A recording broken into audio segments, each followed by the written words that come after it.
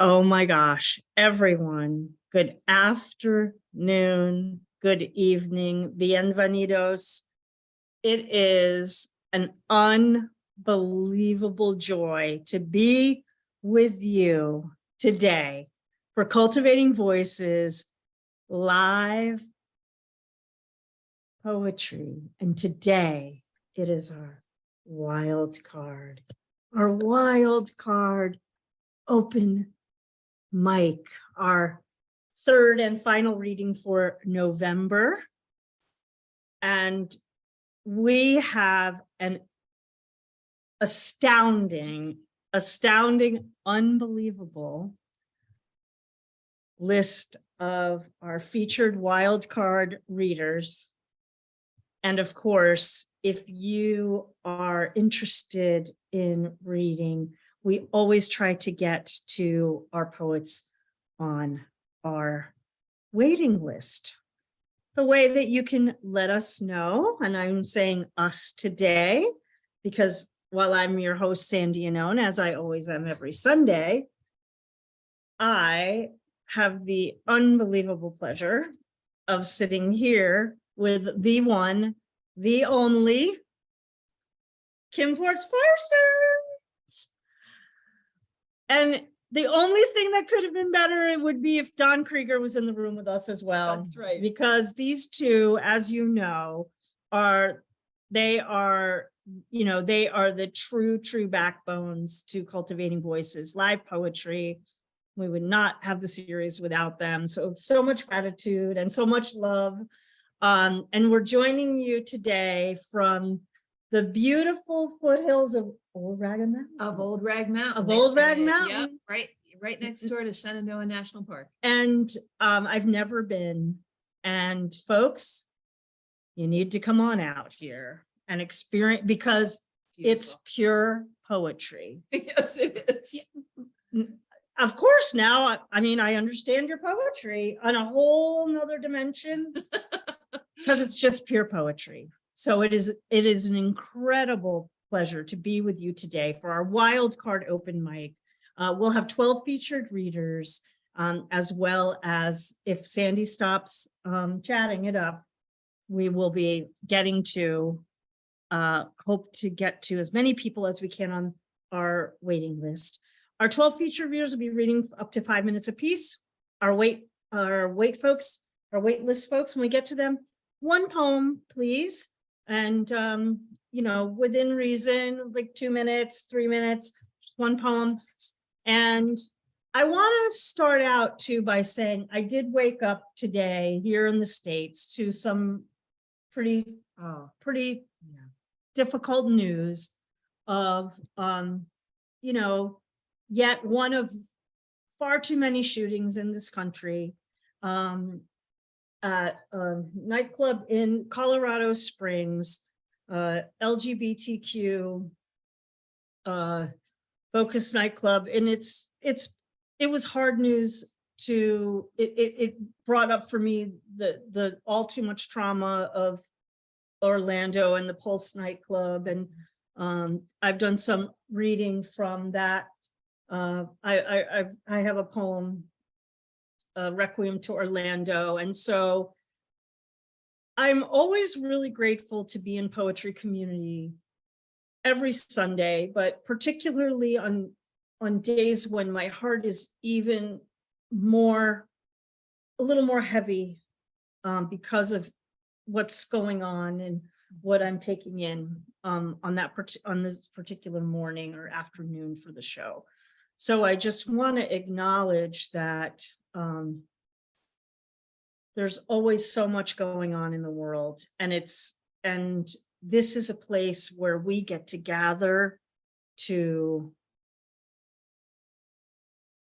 celebrate, but also to process things, to commiserate. To be in communities of joy, but also of grief. And we've seen it so many times here. To be voices of peace, really. Absolutely. Voices for peace. Yes.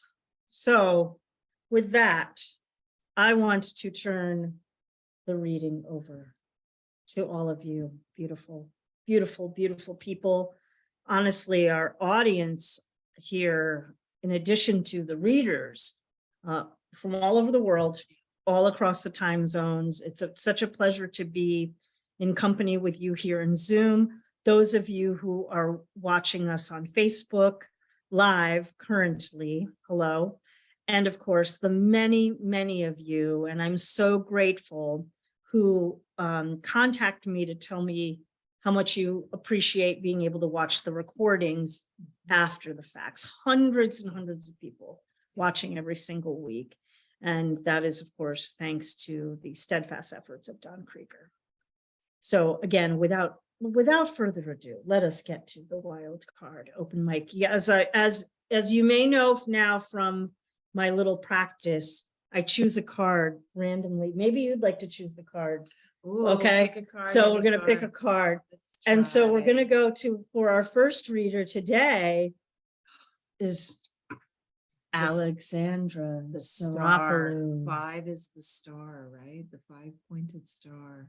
There it is, 5 of clubs. 5 of clubs. Alexandra, take it away. Thank you so much for being with us. Just making sure that you can see the graphics. Can you see the graphics changing? Okay, you're muted, but I think you can see them. Okay, flying 8. Τα δείξουν συμφέρον και εκ των διαφερόντων καλεί στην αρμονία και πάντα κατέριν γίνεσθε. Contrasting elements converge, and from their union, the most beautiful harmony is born, Heraclitus. And the river flows, a never-ending flow, and our bodies go against the flow, and our bodies go with the flow. So many people suffering, ailing, so many people flourishing, blooming, synthesizing turquoise love and kindness, like a colorful blossom on a tree, directing, balancing our physical body, our beauty, into health, strength, vibrancy, healing weakness, disease, releasing our spirit into mystic quality. Fly, fly, fly, fly, fly, fly. And the river flows, a never-ending flow. And our minds go against the flow, and our minds go with the flow.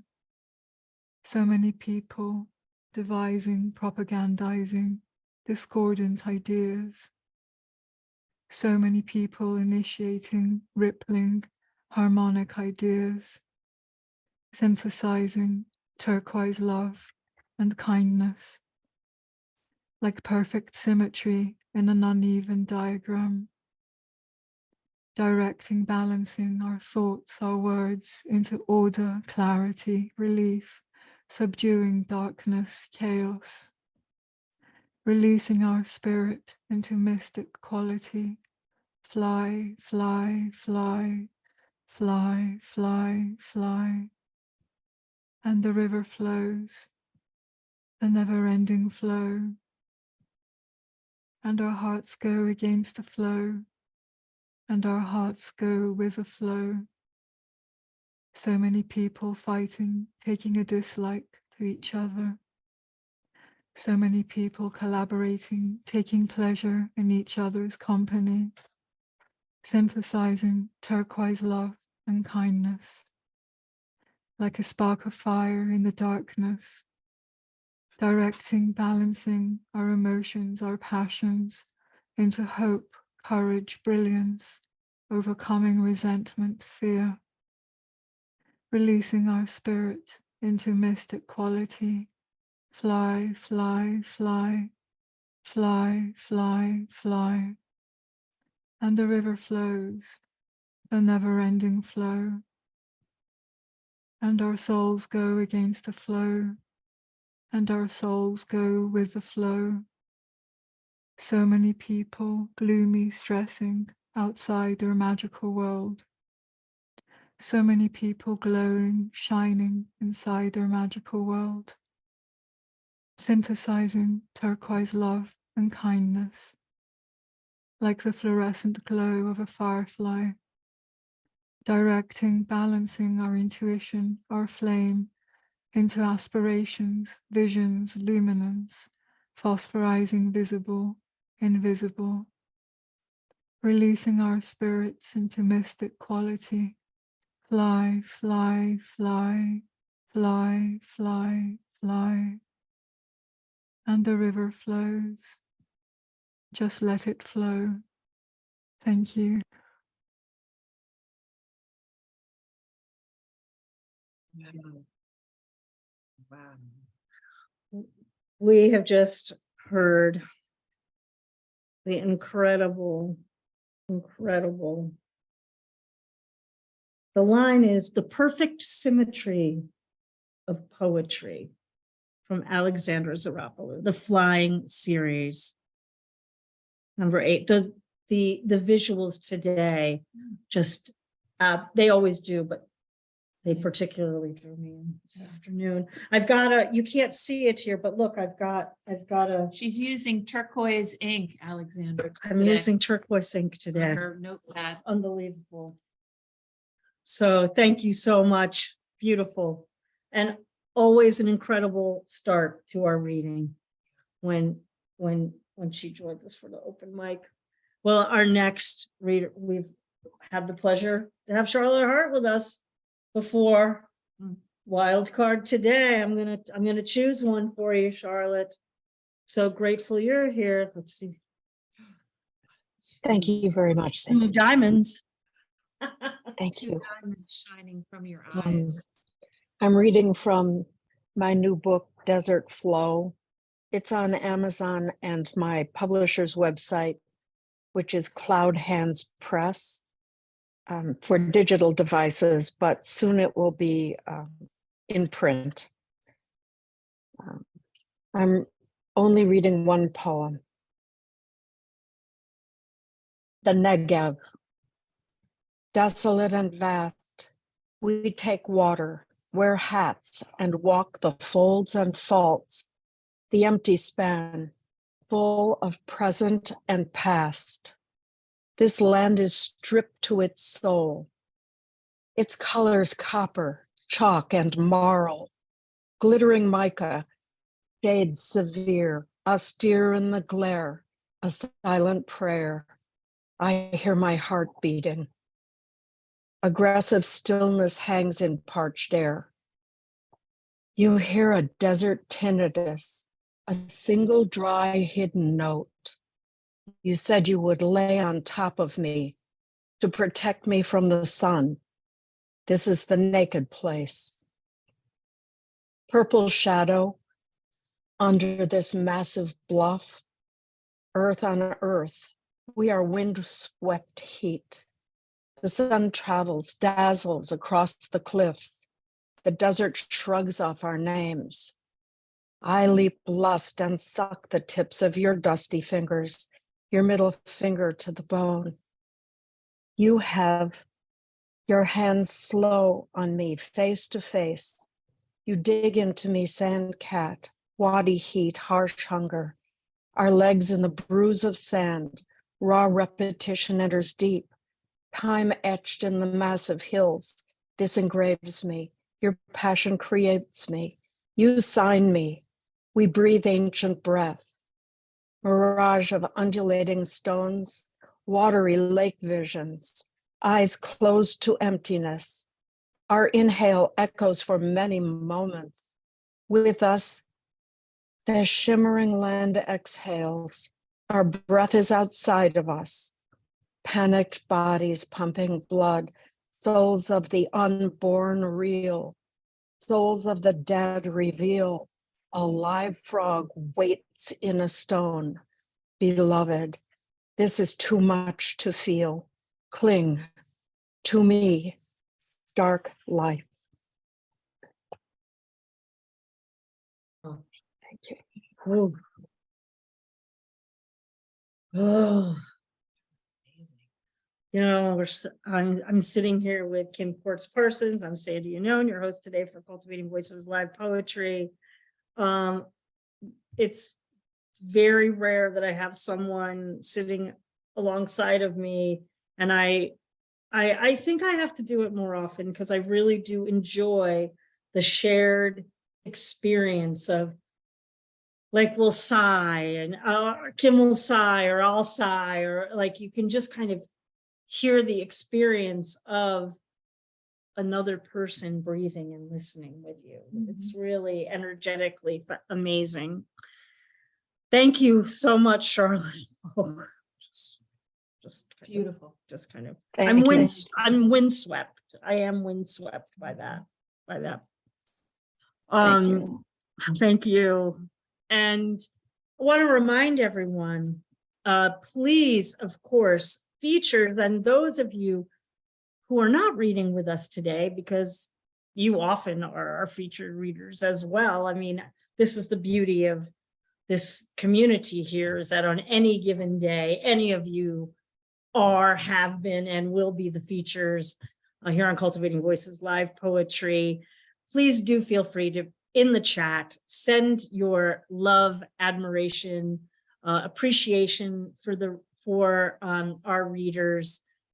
When I attended different readings, I noticed the exuberance in the chat never reaches kind of the fever pitch that it does on Cultivating Voices Live Poetry. So I want to encourage you to please do use the chat respectfully, of course. I always say that, and it's never a problem, but I like to just remind people.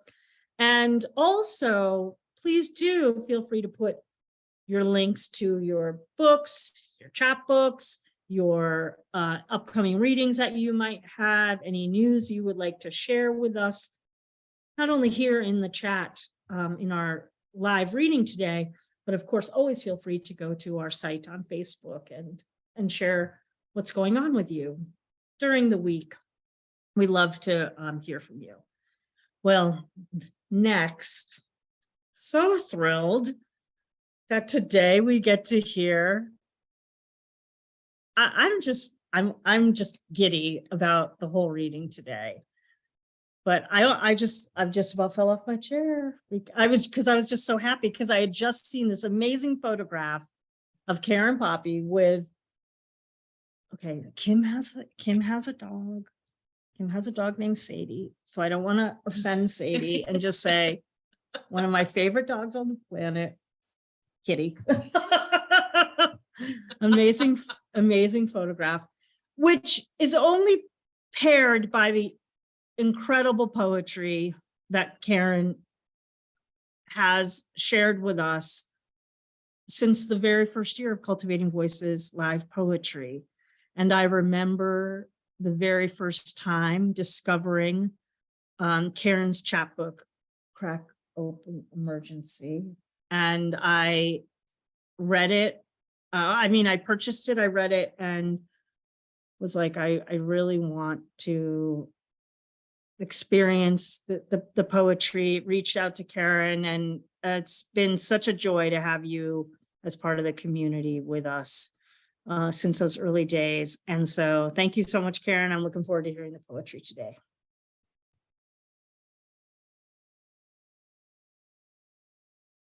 Hi, Sandy and Kim. Oh my gosh, that was so sweet. And Kitty would also say hello, but she's napping right now. So today, in honor of your get together in Virginia, I'll read a poem called Virginia. It's about Virginia Woolf, but it's also about my comeback to writing after a long creative silence.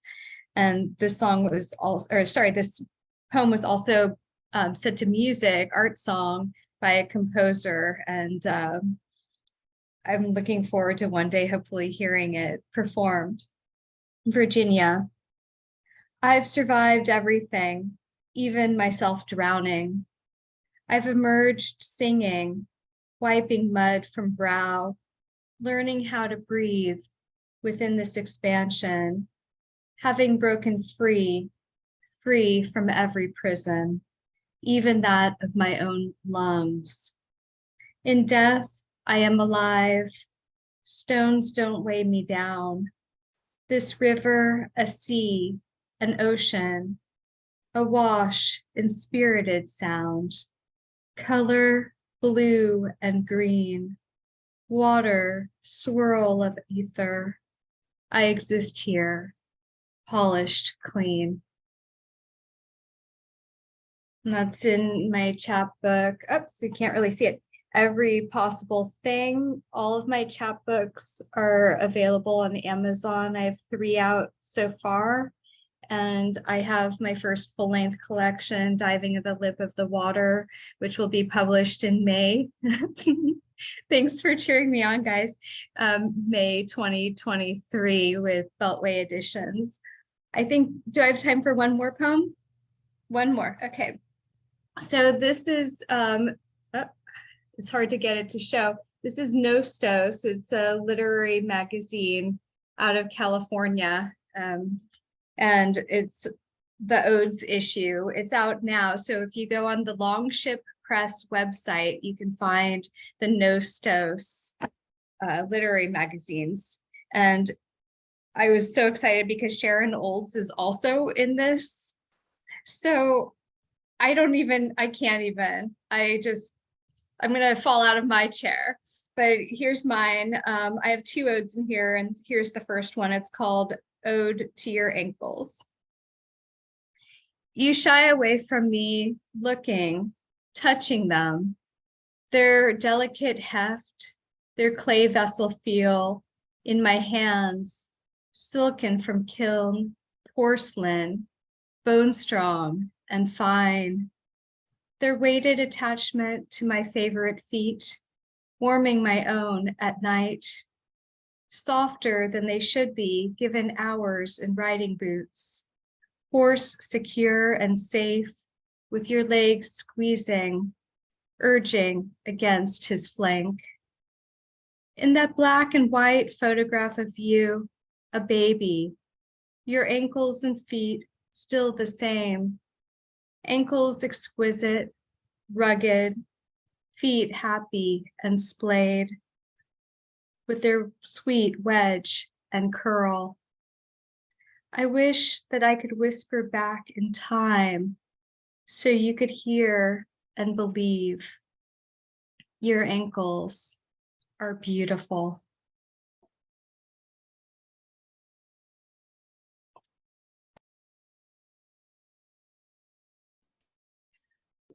That is Karen, Poppy, and as Kim just said, that is fantastic.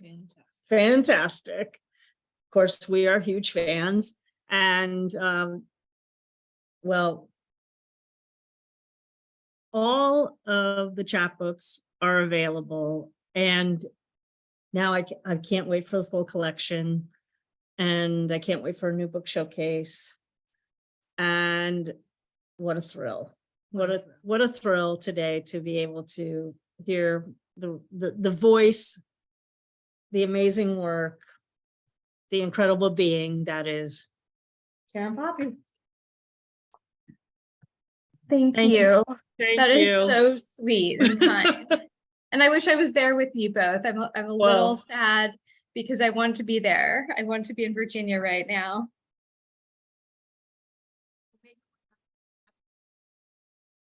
We will.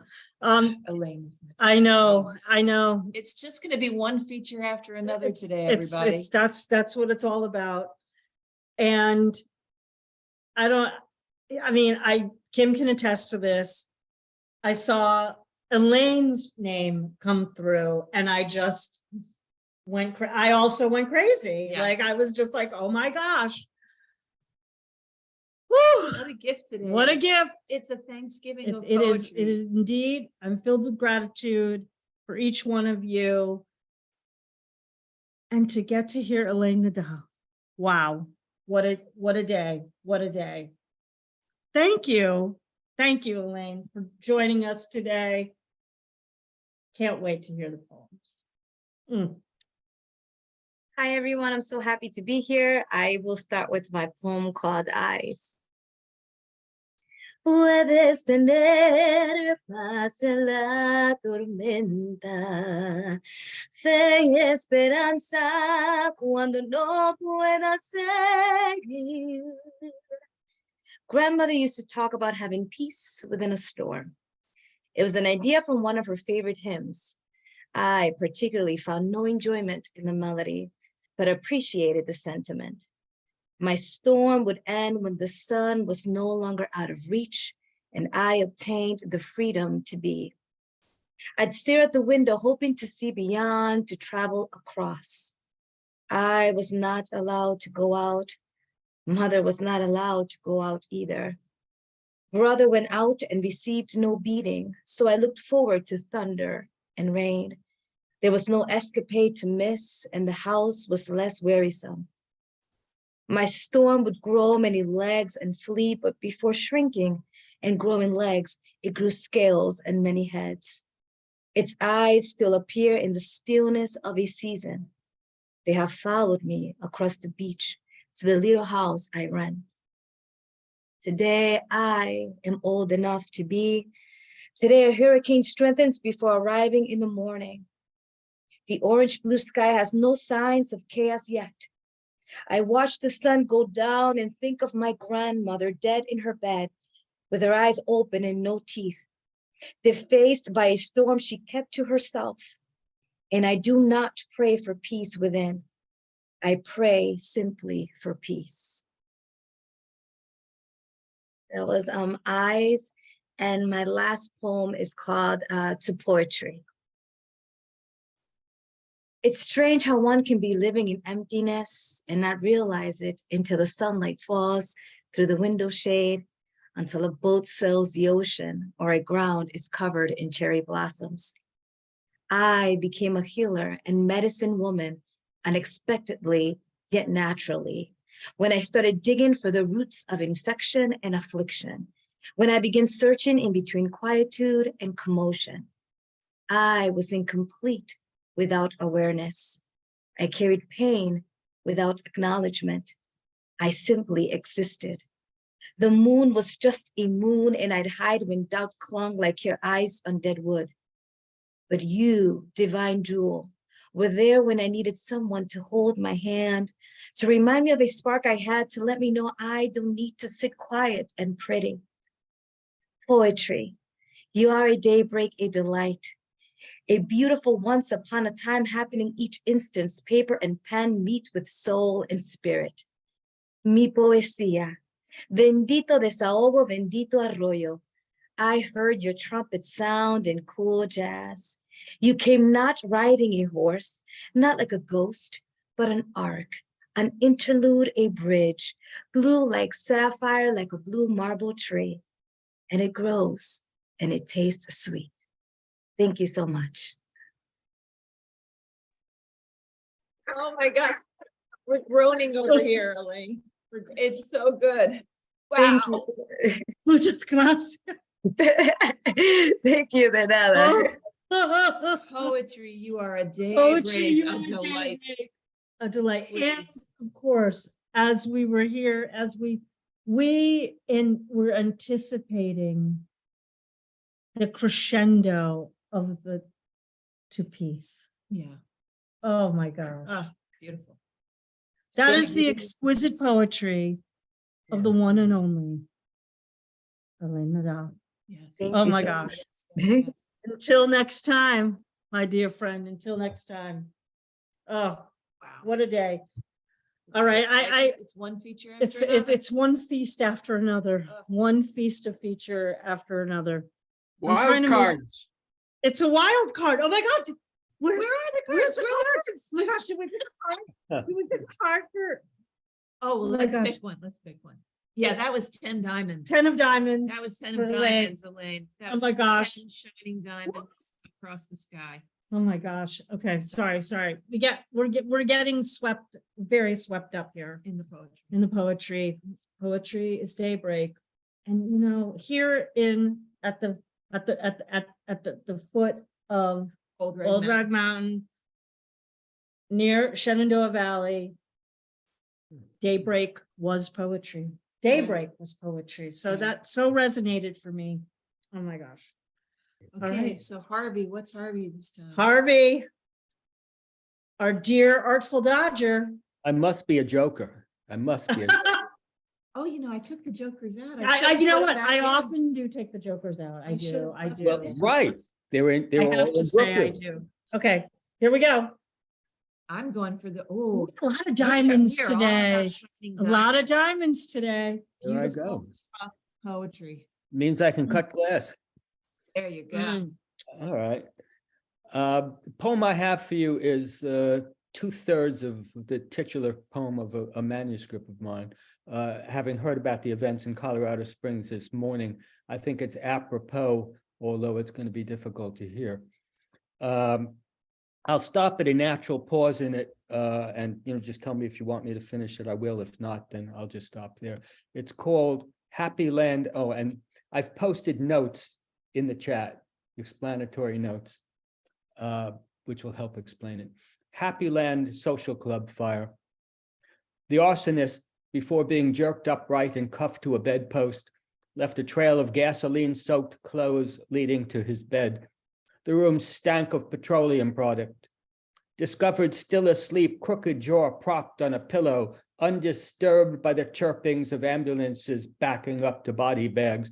This self-appointed sous chef of the devil appeared relaxed to arson investigators. Even devil may care. After a night spent preparing a killer repast, deserving in prison cafeteria terms of a Michelin star. Albeit it may be having overcooked his meats a little, intending a steak tartare. The number of casualties won every subsequent mass murderer, whether pistolero, poisoner, or arsonist, would afterwards be judged against. In his pupil state, he slept on in only his underwear yellowed by piss and accelerant, pants, shirt, and pork pie hat on the floor, perhaps as a Mariolito dreaming of a roast pork bay of pigs, this little piggy going to market, that little piggy in a dress, his targeted ex going up in flames.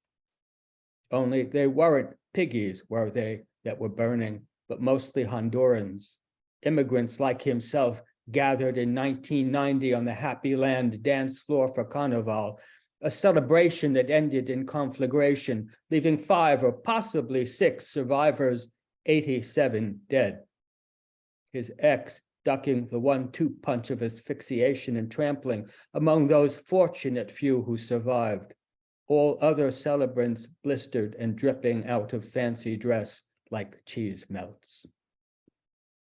Not since Manhattan's Triangle Shirtwaist Factory, designated a National Historic Landmark for its yield of corpses, 146 of them spat out its workforce hottest Tabasco sauce.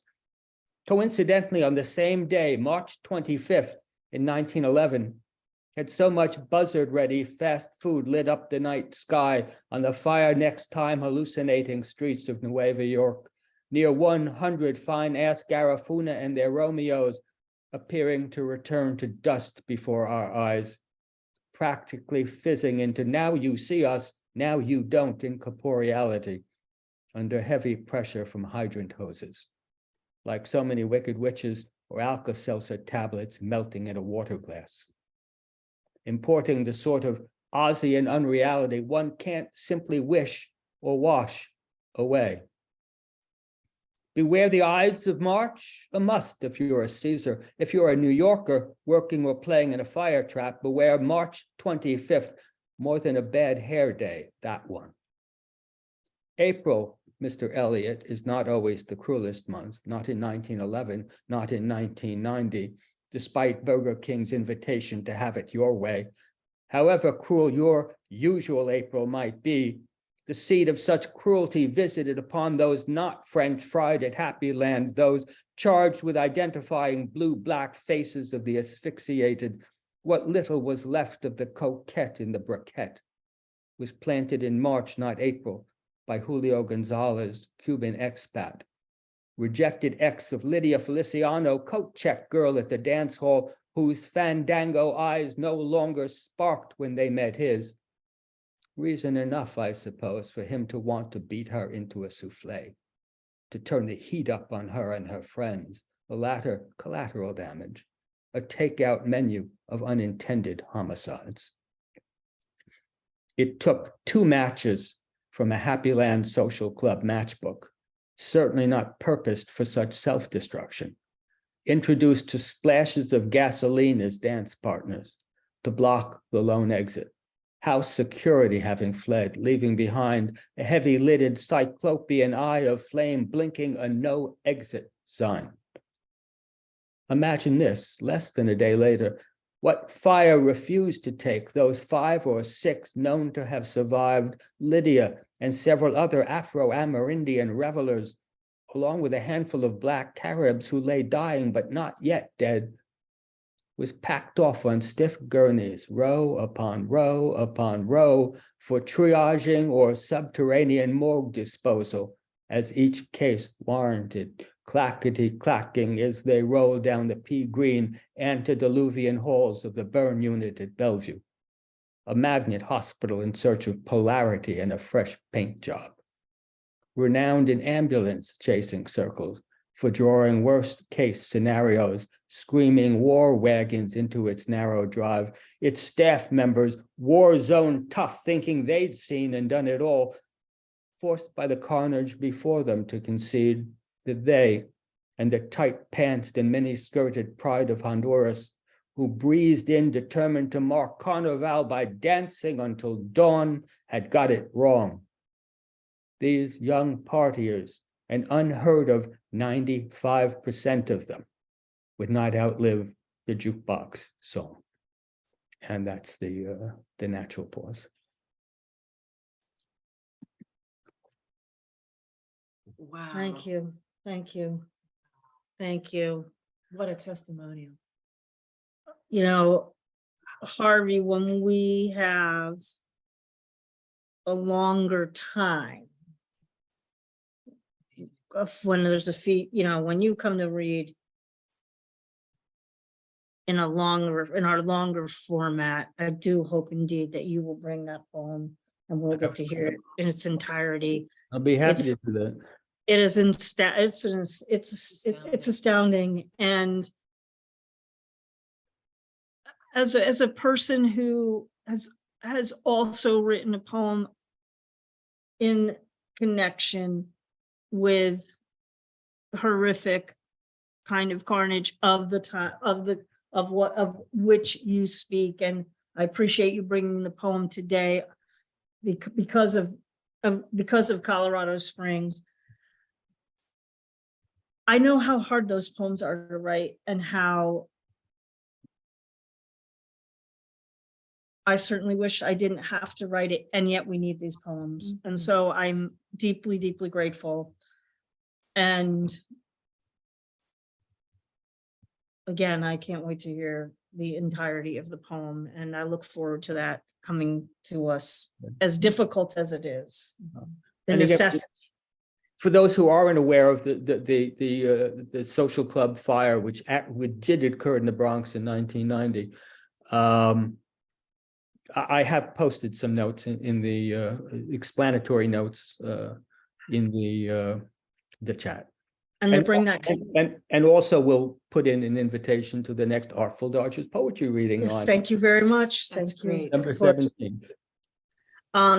And of course, I'll just mention this, the Triangle Shirtwaist Factory. If there's an amazing poem, there's an amazing book of poetry called Fragments from the Fire. It was written in the 90s by Chris Llewellyn. And if you are also interested in reading and learning a little more about that national tragedy that really was had been a major focus of labor movement issues in 1911.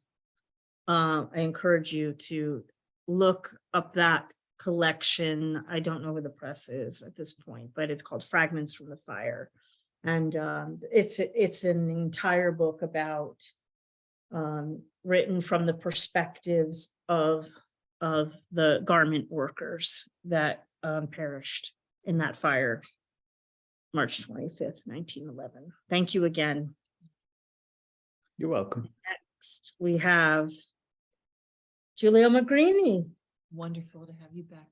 And of course, we got to hear last week from Giulio in our new books showcase. And while we have Giulio here, I just want to say what a great reading it was last week. As you know, we do one new book showcase now a month. And thank you for opening up the new book showcase with your latest collection, The Color of Dirt. We also heard from Annette Sasson, Marjorie Maddox, and Rachel Hegarty. And if you haven't had a chance to hear Giulio and our other esteemed poets from last week, a reminder to please do go to the recordings. It was a wonderful. a reading. really great reading. Okay, Oh, she What wants co- me to pick, we're Julia. picking Let's a see card what, for let's you. see what we got. We got a lot of star energy today. 5 of spades. a lot of star energy. A lot of star energy. Okay, Perfect. as joining us usual. from Pittsburgh.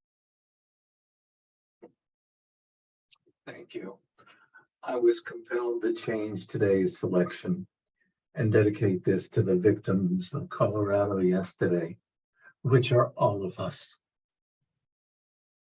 It is my new release. It's in my new release, The Color of Dirt. It's called What We Can Do. It's in 2 parts.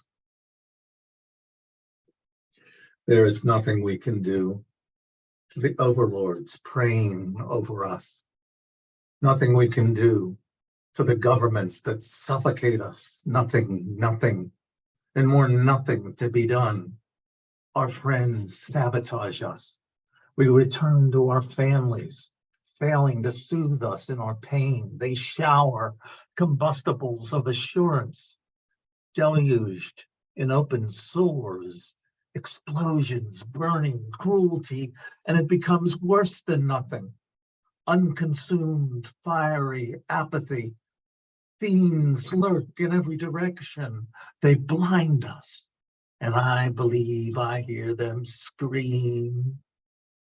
They bludgeon and prod us and try to devour our remains in a blood-red wave of engorgement. They are more than hungry. They are malnourished. Hollow fangs hidden behind their lips. We are beaten at their festivals. They are purified by our screams. There is no need for air or the future because there is nothing and nothing to be done about it. Our destruction in screams and lamentation coexists with their sweetest contentment. The defamation of our existence shapes their paramount joy until we are eventually slaughtered. And there's nothing we can do in the remaining void that is the distillate evil nothing, not even the smacking of corrupt lips heard quietly in the background. There is something we can do to march forward, smile at the human hearts, beating hopefully and in syncopation on the streets and subways, tables and beds, as we touch the hands of the curious, depraved, lonely, and weeping. There is something we can do to carry the silence with us and take it to every being in chaos, or bring those 2 hours before dawn or any other hour for no other reason than they were sleeping, and that time should be shared by everyone together in the moment, laughing, walking, and if necessary, fists clenched and fighting as one in the battle for righteousness. because we are told by the highest authority, our individual human spirit, that this is what we must do to live, to continue to love, and to die, so that this place and these people become better, or to allow access to the ones not yet here. There is something we can do. There is something we must do. We are beautiful. We're the consummate dawn and dusk and the life in between, the emergence of mud to the gods and back in this cycle and this circle of creation. And we are the things that must do what has to be done to continue to grow, to love, and to share the inner grace and everything else.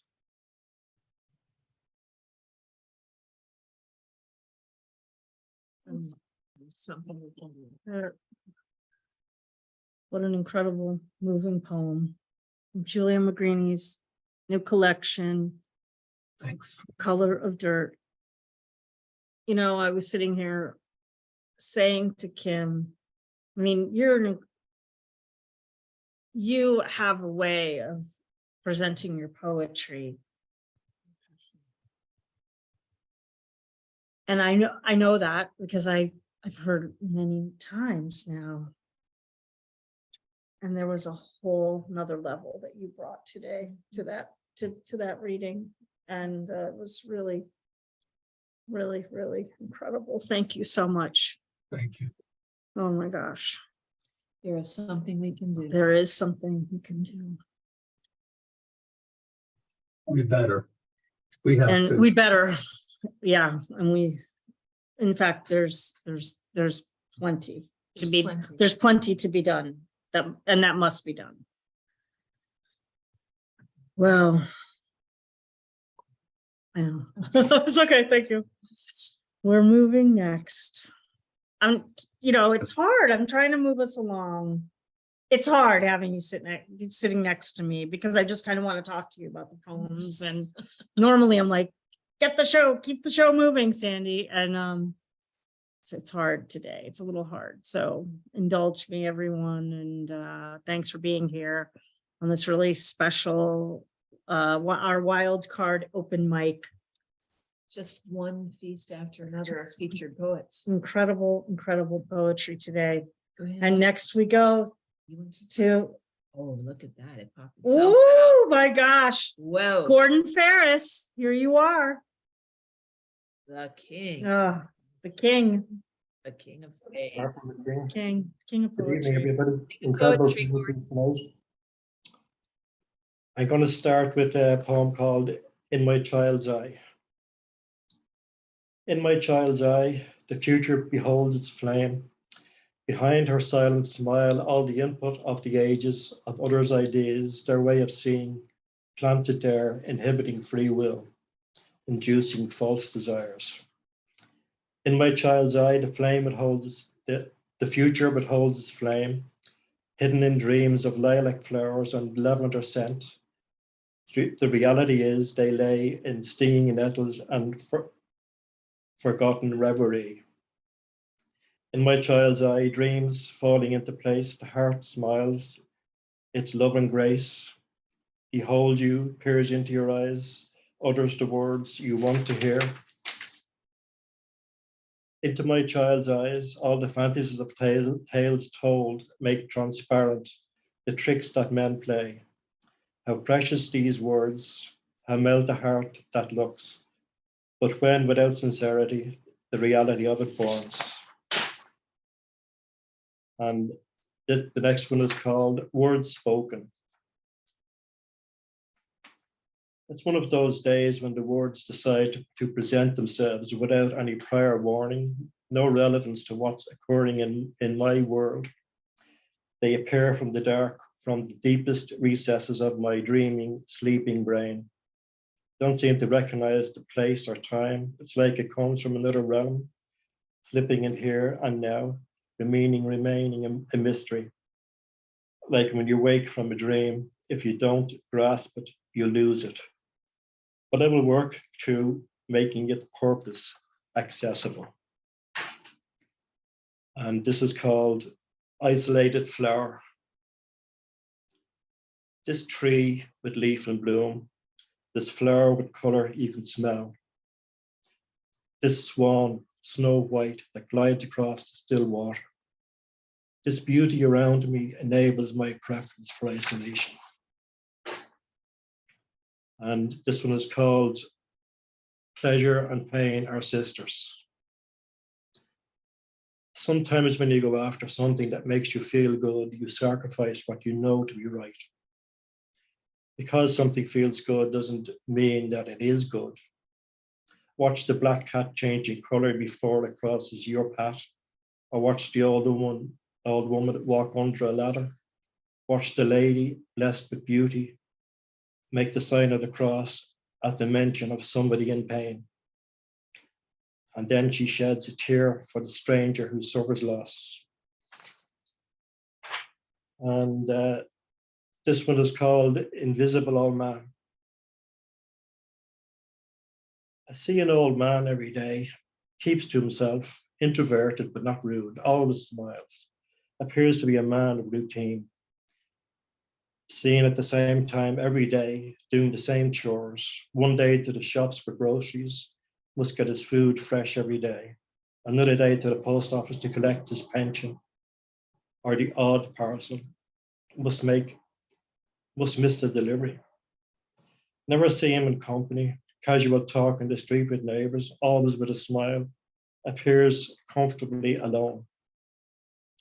Spoke to him one day, asked if he needed anything. I was going down the town, wouldn't mind getting a few things for him if he needed them. I'm fine, he said, like the book from Father Ted. Told him if he ever needed help, I'm just 2 doors down. Thank you for your kindness, but I'm fine, he graciously said.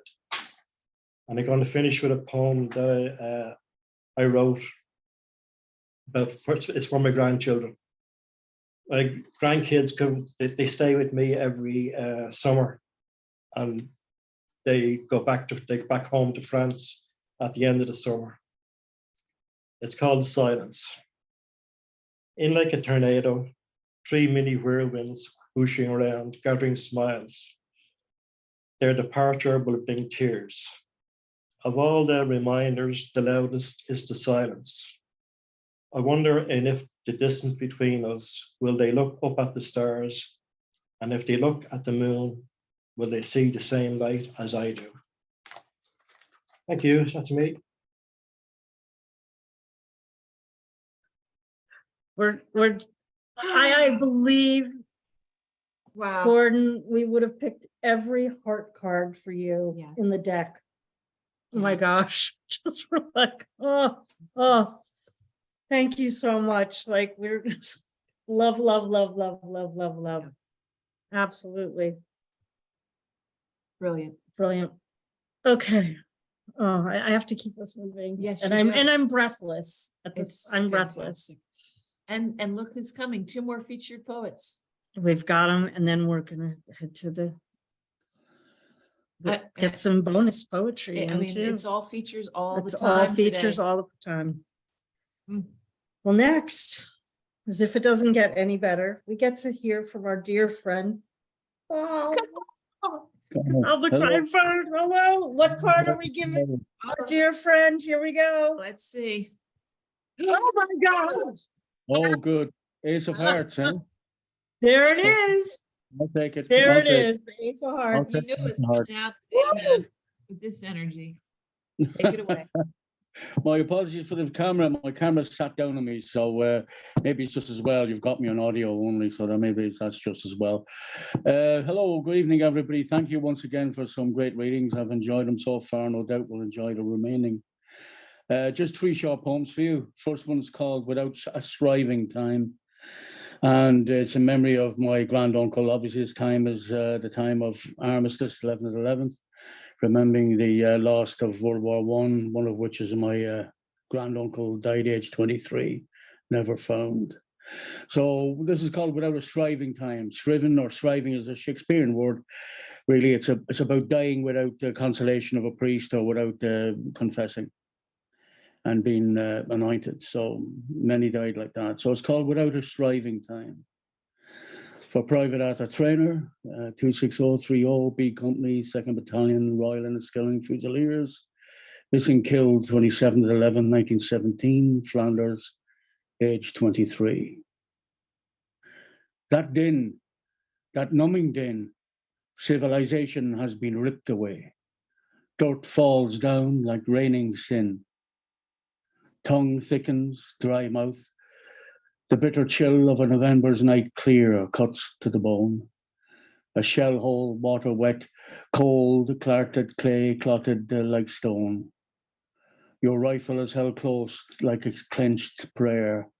A talisman, shells fly. Hell's daughters, corpse rippers, Valkyries, gathering in the dead. You do not hear the shell that kills you, sending you to the blue of eternal night circled by stars, without a striving time. And my next poem is built around that great writer, philosopher, and I suppose he was the last of the shamans here in Ireland. He was a philosopher, druid poet called John Moriarty. And a phrase he copied in one of his writings was naked to Tara.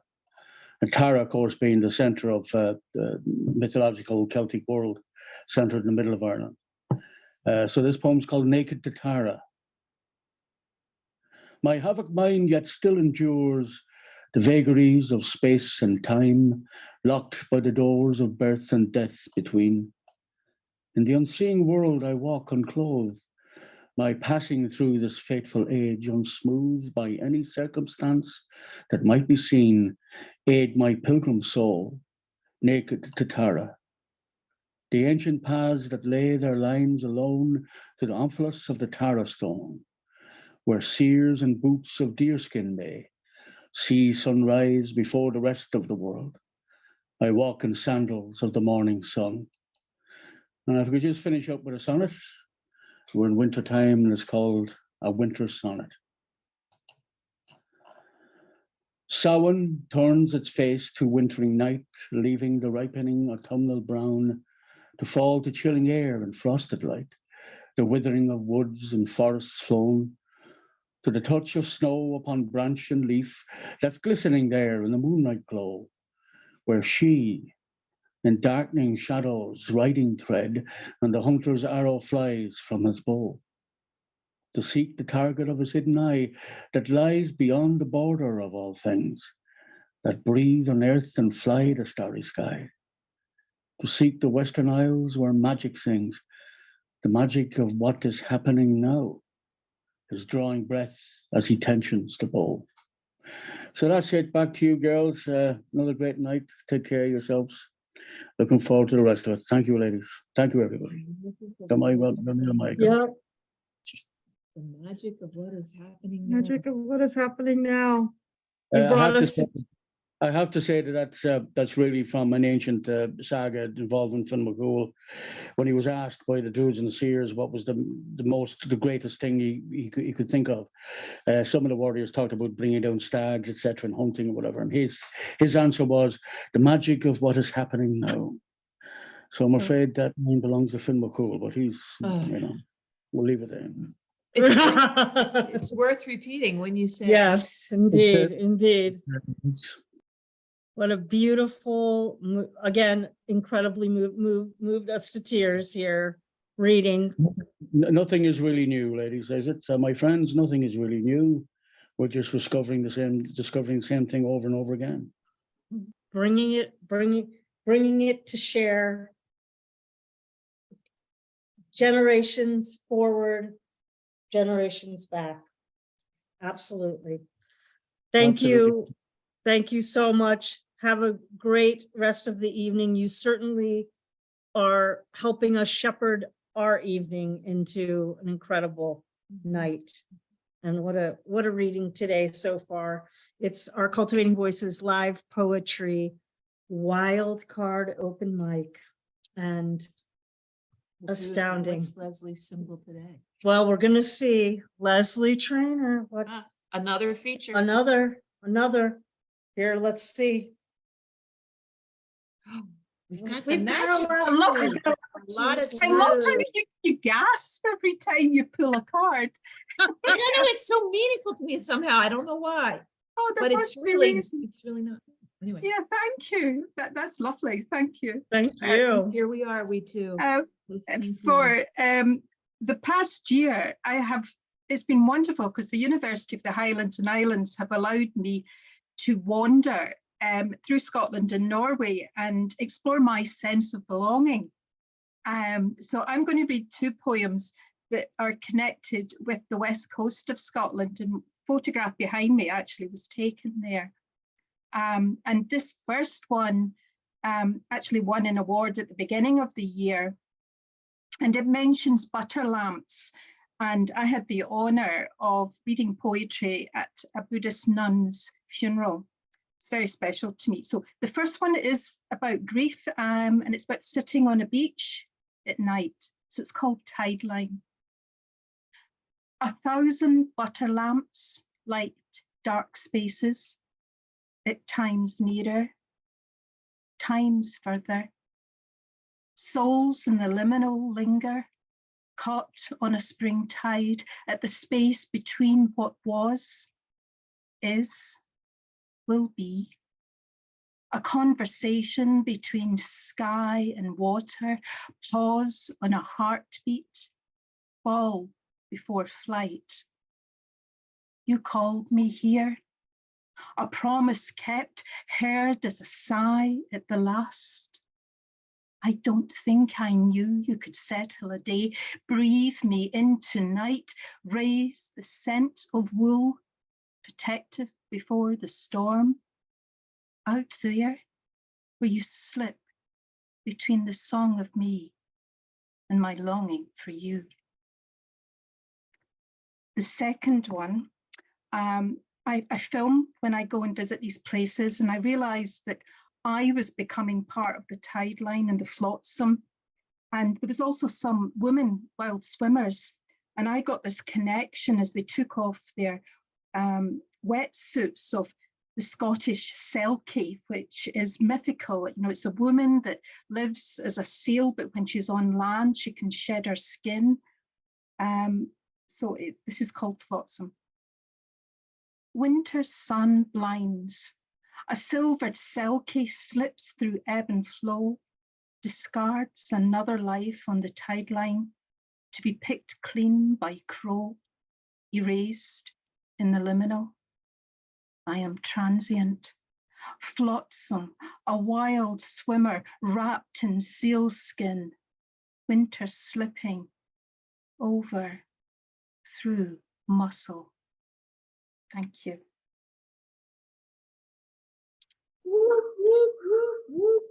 Wow. The conversation between sky, conversation between sky and water. Wow. So stunning, Lesley. I know that conversation. I have it every time I go home. I'm going this week. It evoked, I mean, I love that conversation. I've been living with that conversation my whole life, and I welcome it every time I can have it. So thank you for evoking it for Welcome. all of us this evening. Poetry. More features on the way. More features on the way. Well, we're doing quite well. As you know, folks, we usually go to the half hour. We'll go up to the half hour to get in as many folks as we can. So even though we're not quite to all the features in the first 12, let's call them the first 12, because every single person here is a spectacular feature. Yep. But no doubt we will be getting to folks on the wait list. And next we're going to hear from my very, very good friend, whom I got to sit next to this Wednesday in Olympia when we had our local monthly poetry reading. Yay. The incomparable Thomas Thomas. Yay. So who is Thomas Thomas today? Let's see. Let's see what we got. Let's see what is he What have the about? cards brought you? Some more hearts. Lots of We have hearts. not one, not two, but six. Half dozen. 6 hearts. Love it. Thank you, Sandy, Kim, Don, of course.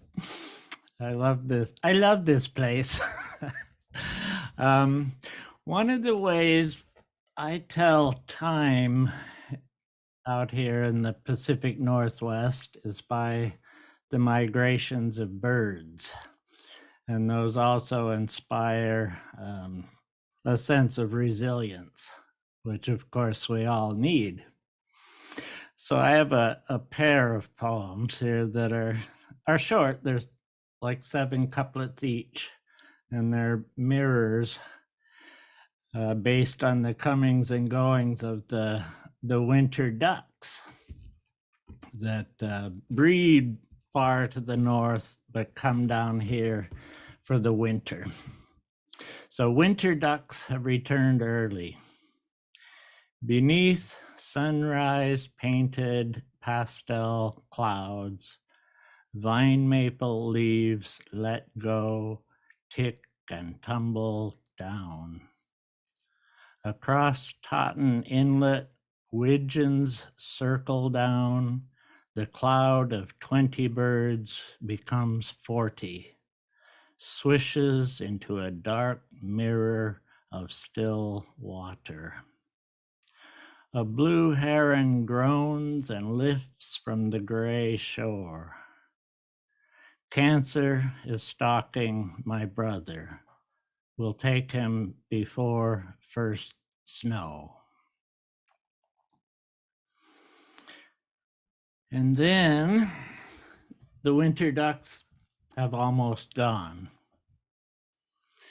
Beneath sunset painted pastel clouds, tree buds and catkins swell in shadow. Across this inlet, sanderlings dance, leap up in a small cloud. 20 birds become 40, flashing white, then brown over still water.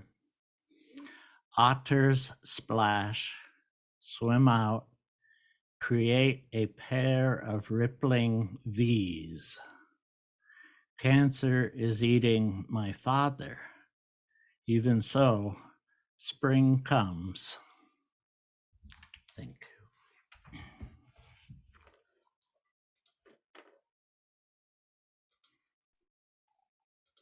Right. You've heard me say this time and time again. You know, I mean, poetry brings me a certain amount of joy. And nevertheless, and this is what you've heard me say many times, joy and grief are always holding hands. They are always holding hands. And those poems are the just incredible manifestation of that. Saying for me, those poems. Exquisite. Thomas, thank you so much. And I'm hearing Basho in there, you know, those incredible, picking out that exquisite moment in the natural world and being able to reflect meaning, you know, into our lives. It's just beautiful. It's just beautiful.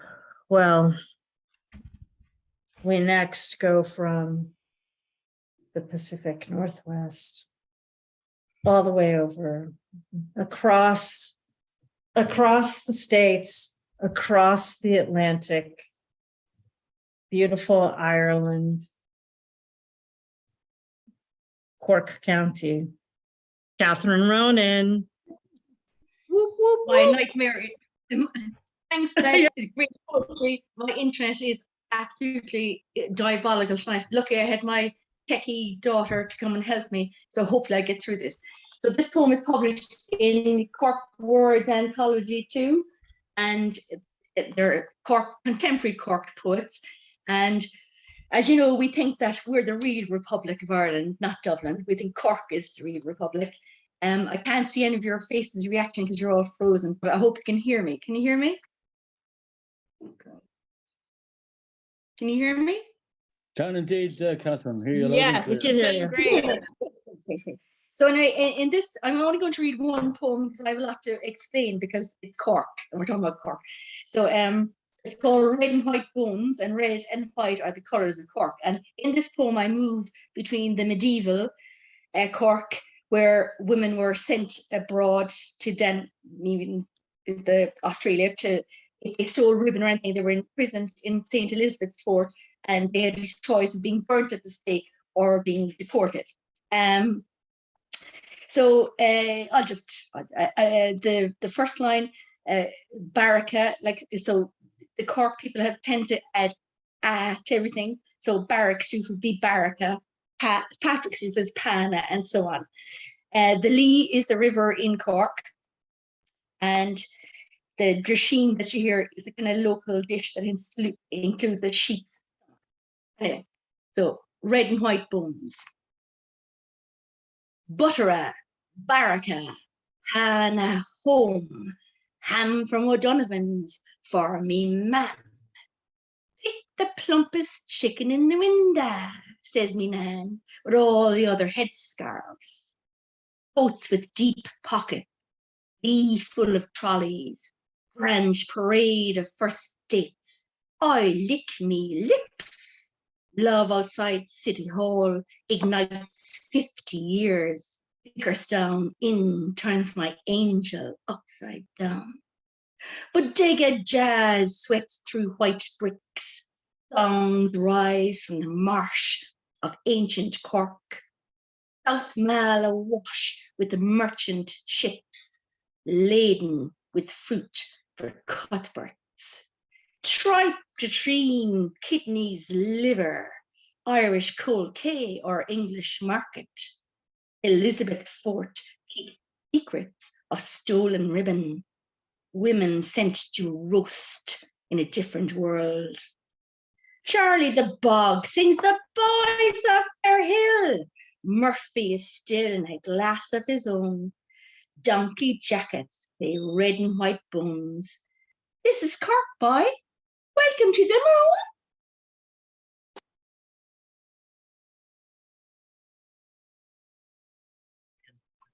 Oh my gosh. Wow. I have walked the Lee River. I've walked along it. Incredible to bring the essence to us through the poem.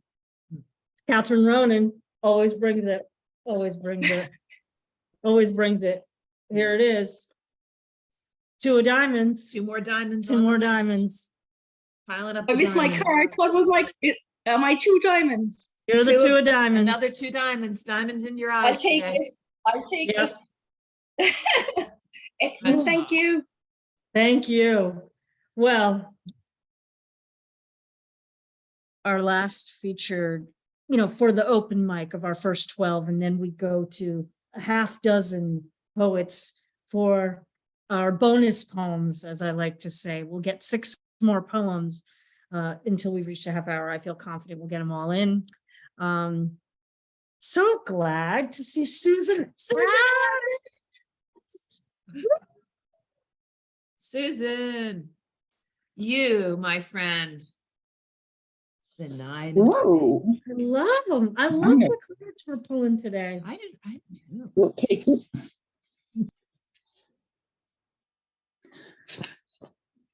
All right, you guys. Well, I am so happy to see you two together and have heard everybody else's work today. It's just been fabulous and glad I could get through for a change. Big love, big love. So I've got a couple of newer poems that aren't villanelles. Are you ready?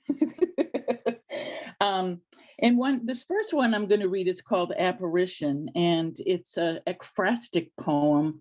A friend of mine, Lauren Wolpert, did a show in town called Doodles, and these were faces that appeared to her. She's done thousands of these faces, and they took over the wall. They were like wallpaper of a local gallery.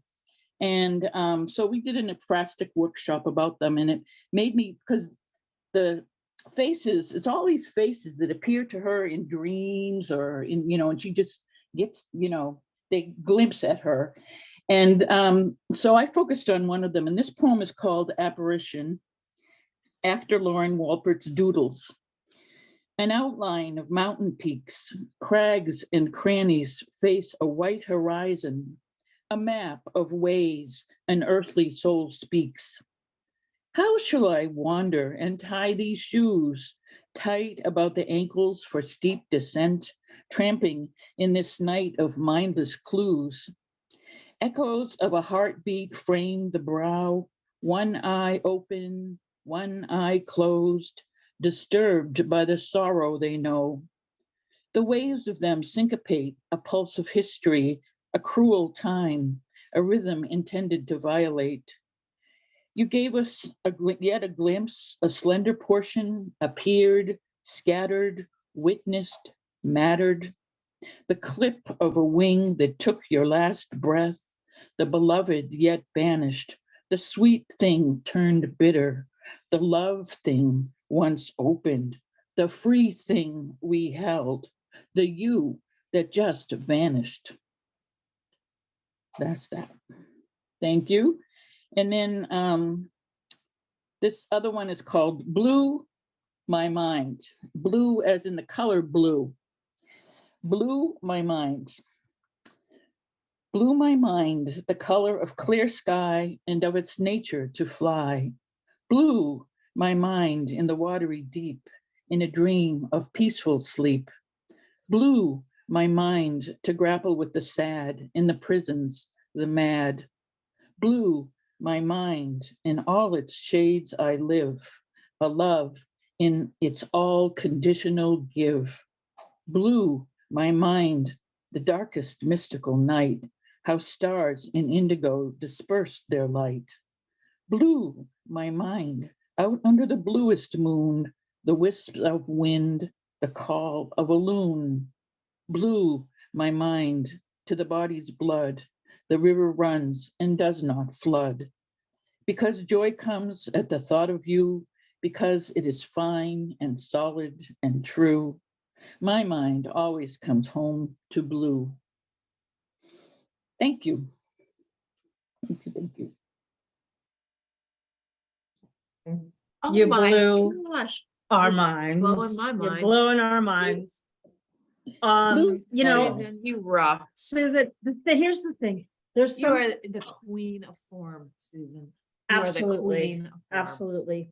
All that work of Sestina's has been, prepares Susan to break open that, to break away from that form, but have all the power of the echo of the Sestina, the sound, the pace. No, you know, incredible. Rocking incredible, it. Rocking it. Thank you. you.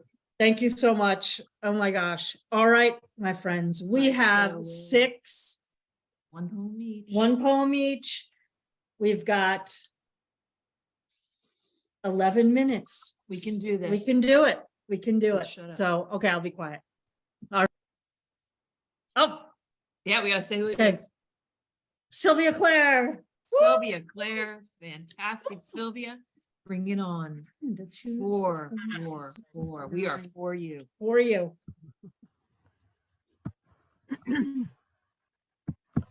Okay, this is called, if I can get to the top, this is called Draw Breath. Draw breath, my friend. Draw a long, single breath. Linger in this moment with me, being all that you are, and yet nothing. Simply a collection of cells, elements, molecules, DNA ladders arranged to create you, a living, breathing creature of the planet. Take time to contemplate this breath, but who drew you? Who before you drew this breath or parts of it? Which trees created it? Which dinosaur, early human, juggernaut or aeroplane exhaled it before it became your own simple, precious, polluted and unique breath? Think carefully, my friend. What is this poisoning we take so casually and wanting more, barely noticing the gift of experiences so rich and diverse, meaning of life to experience, to co-create, to weave it like children creating cat's cradles or friendship bands. So stop, contemplate, draw a clean breath once more. Allow the breath to fill your life with gratitude for your own life. Oh, gone off the page, sorry. The greatest gift we have. Take a long, gentle look at how you live it with compassion, self-reflection, humility, openness and honesty. Thank the trees for creating this breath. Thank the planet for creating you in this moment, in this joyful single moment. Like the steamer rising from a horse's nostril on the frosty morning, see its beauty, its eternal present, and simply draw another breath. Right, hallelujah to Fantastic. that. Hallelujah to that. Hallelujah.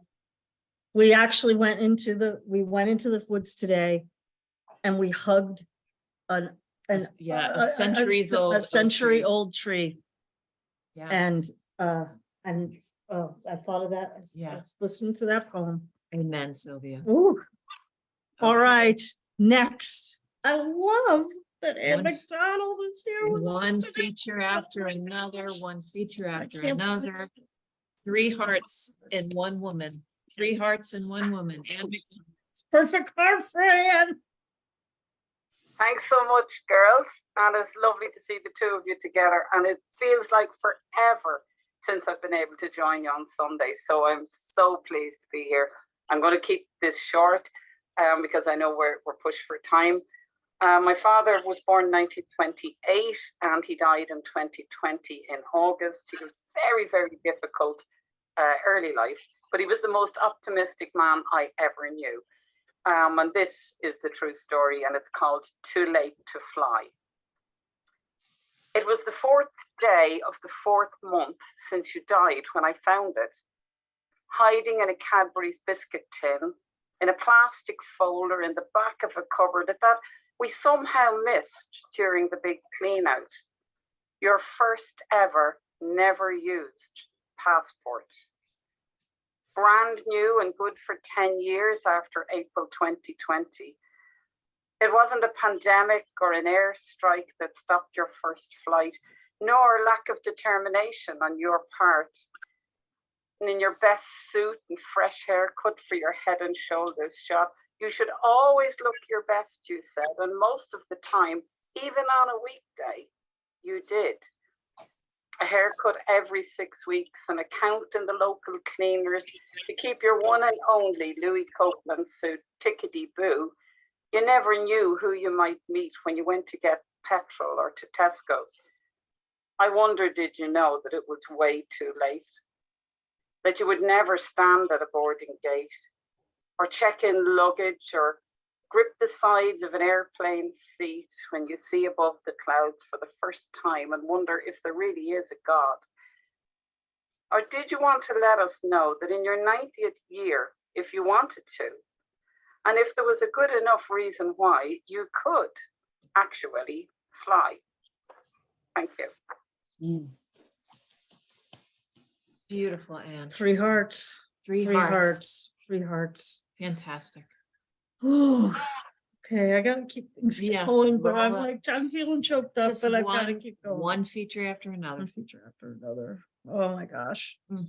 All right, we go next. Glenda. Oh, Patricia. Oh, Patricia. Oh my gosh, Patricia. Okay. I'm skipping over. I'm skipping over. It Okay. said, I see the Queen of Brownstone. Yeah. Poetry. Let's just give her that. Okay. card. That's who she is. Yeah, Hard for you. yeah, very tired queen. Okay, this is, I keep rewriting it and my printer keeps crashing on me for some reason. I'm not going to go into details. Okay, I'm going to read off my screen here. It's a Haibun, the Kintsugi Cup. I walked without any course of direction. By a gated garden, a gray and white cat purred for attention. After taking a few photos, I petted her. She limped as she walked. She wore a bandage on her left hind leg and her tail was missing. Yannone turned around and said hello. I smiled and complimented the cat he called Kintsugi. I learned that he found Kintsugi outside his gate, covered in fleas and burns. Her infected tail had to be amputated, and a leg was also broken. Her history didn't alter the clarity of her green eyes, the softness of her fur, or her gentle spirit. The man held an unusual cup. The design reminded me of delicate bonsai branches. Out of curiosity, I asked about the story behind this blue and white cup covered in gold patterns. He said that it sat by his shop's window next to its parent tea kettle and 5 sibling cups. The tea set was made from inexpensive ceramic decorated in blue and white flowers. Unlike its siblings, it was slightly rough on its bottom, but the price was right. However, a boy picked it up, shouted about it being dusty, and dropped it. His mother apologized, and the man forgave her and her son and didn't charge them for the entire set. After they left, he retrieved the broken pieces.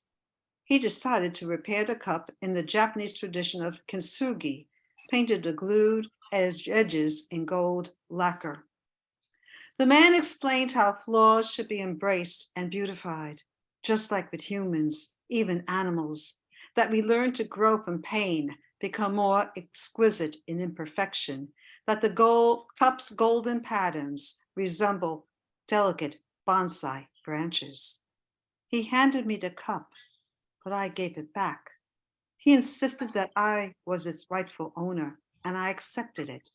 I thanked him, turned the cup upside down, saw my name painted on its slightly rough bottom. When I looked up, both man and cat vanished. Golden bonsai touches teacup's rim, floors beautified. Thank you. Gorgeous. Wow. Gorgeous. It's Patricia. not my usual style, but hey, I did Oh, it. It's gorgeous. well, it's the stuff of poetry, though. It's the stuff of poetry. Usual or unusual, all of it. Fantastic. Thank you Okay. so much. Our final three. Our final three. Stay with us for these final 3 poems today.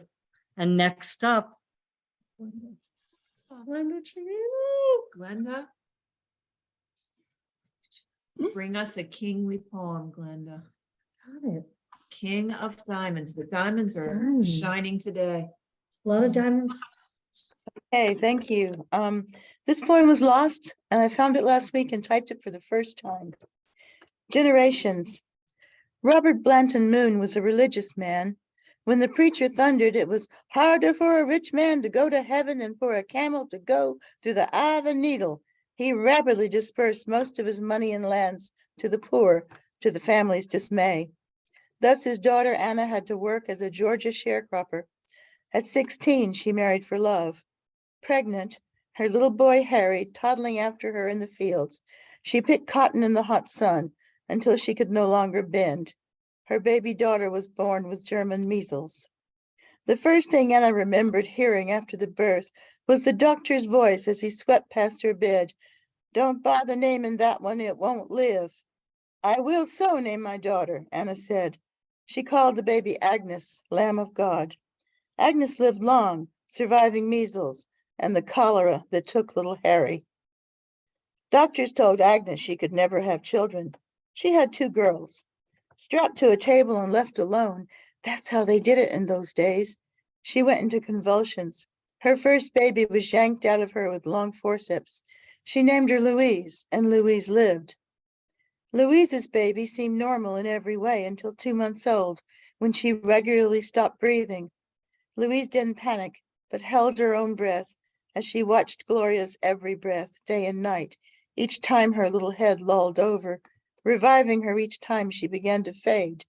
And Gloria lived and grew strong.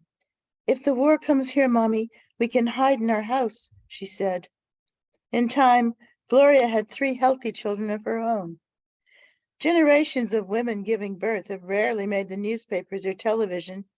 If men gave birth, the daily count of births would be on the front page. The birth heroes would be named and listed every day. So every time I hear on the news that people have killed or killing, I wish they understood the need to help things live. I wish they would remember that each life they casually take, a woman struggled hard to give. Wow. Each life Gen- they casually take. Generations. Breathtaking. That was breathtaking. Beautiful, Glenda. Breathtaking. Thank you. Thank you for that poem, All true. particularly today. Yes. Today. Really. Yeah. Oh my gosh. I mean, and every day, really. Life That's heroes. what this poem is about. It's about the life breath of This every whole day. reading. Oh my Yeah. God. Incredible. Beautiful. Thank you. Our last right. two glorious features. Rosie Barrett. Rosie Barrett. Hi. Welcome. Hello Can't- there. My first Hello. time here. My first time Yes, here. I know. I'm Rosie. Ooh. You are the Jack of Diamonds, my I friend. am. Thank you Brilliant. so much. Thank you. Right. Well, I'm going to bring the tone right down. It's a silly one about Tom Waits, who we all know is famously cheerful, right? Tom Waits comes to tea and has a nice time. He seemed altogether surprisingly far too big sitting in my kitchen. I'd steered him away from the bentwood rocker circa 1930 to a much sturdier farmhouse carver, much less fragile. He would keep tipping it back. He takes his tea black with a slice of lemon and is partial to jam tarts. We talked about how life moves on and azaleas. He's quite an expert. I'd fallen in love to Martha and The Piano Has Been Drinking. We went to Yorkshire up the A1, high on the old 55. But that was then, he said. I felt throttled. I just found myself starving in the belly of a whale. He got up and took the iron from me. Did I say I'd been ironing when he knocked? Woman, you're doing it all wrong. This is how you iron a shirt.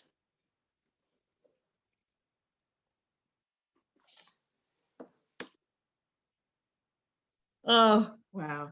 Rosie Barrett. Welcome to Cultivating Voices Live Poetry. Thank you for that first reading of what I again. hope will be many. Yes. Come back and join us. Thank I'd you love to- so thank much. you. Thank you. Fabulous.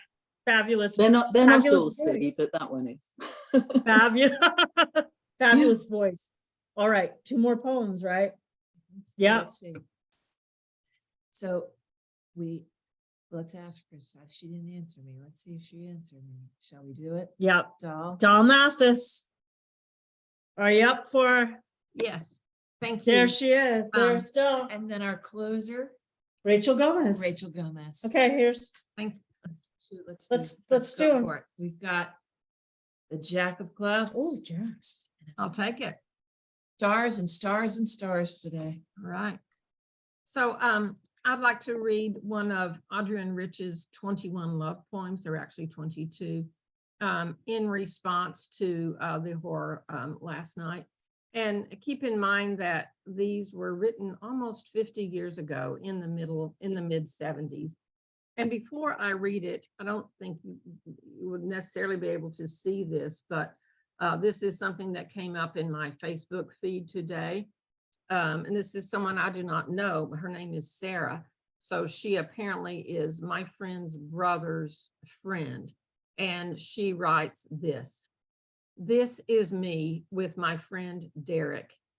He was killed last night at Club Q. He meant the absolute world to me, and I can't believe he is gone. Look at that beautiful young man. I think I want to read poem number 17 of Adrienne Rich's 21 love poems. No one's fated or doomed to love anyone. The accidents happen. We're not heroines. They happen in our lives like car crashes, books that change us, neighborhoods we move into and come to love. Tristan and Isolde is scarcely the story. Women at least should know the difference between love and death. No poison cup, no penance, merely a notion that the tape recorder should have caught some ghost of us that tape recorder not merely played, but should have listened to us and could instruct those after us. This we were. This is how we try to love.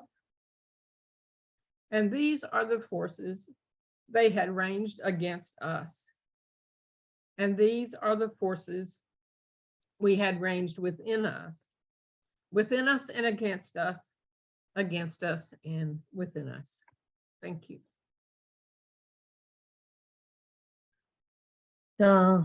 First of all, to bring Adrienne Rich's voice in today from the 21 Love Poems, just amazing, and I'm so grateful. I'm so grateful for that your voice, folks. If you are not familiar with the poetry of Adrienne Rich, that is from her incredible collection called The Dream of a Common Language.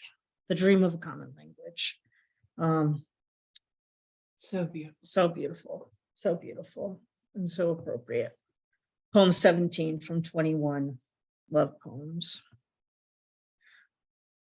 Well, bless a dear friend, Rachel. Rachel, so glad to see you, of course, always. And so it feels so appropriate to have you as our final reader for today on our beautiful wild card open mic. On our feast of features. Our feast.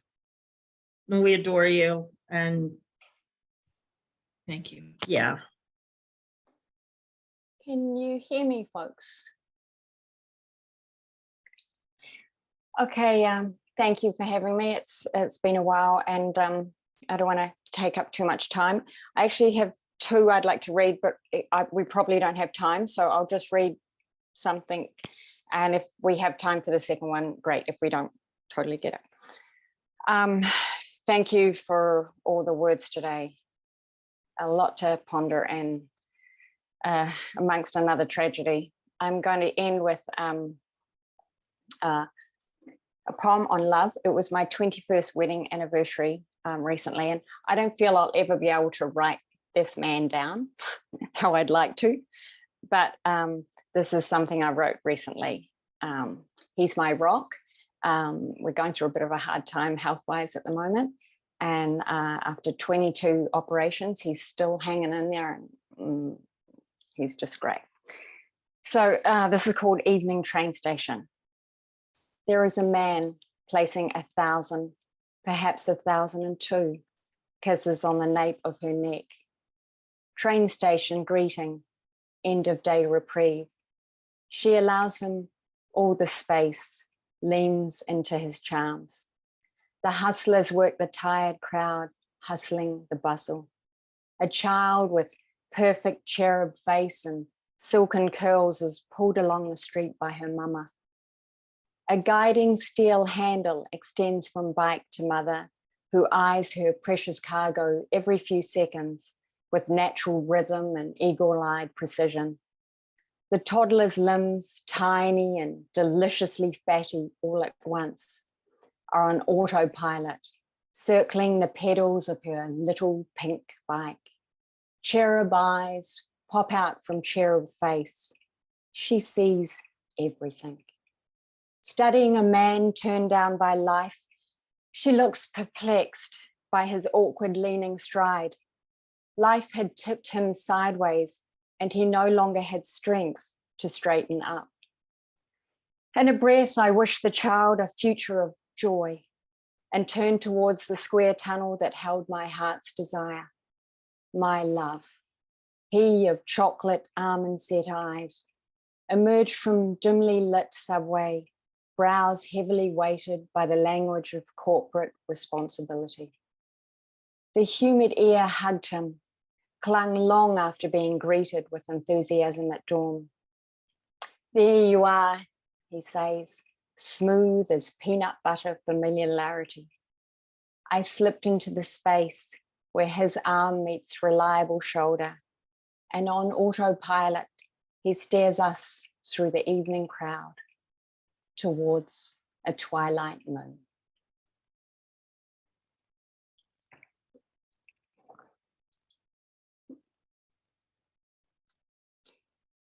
Thank you. That is the incomparable Rachel Gomez. And May we all be so steered, right? yes, indeed. Yes, indeed. I mean, love is what helps us endure. Love is what helps us endure tragedy.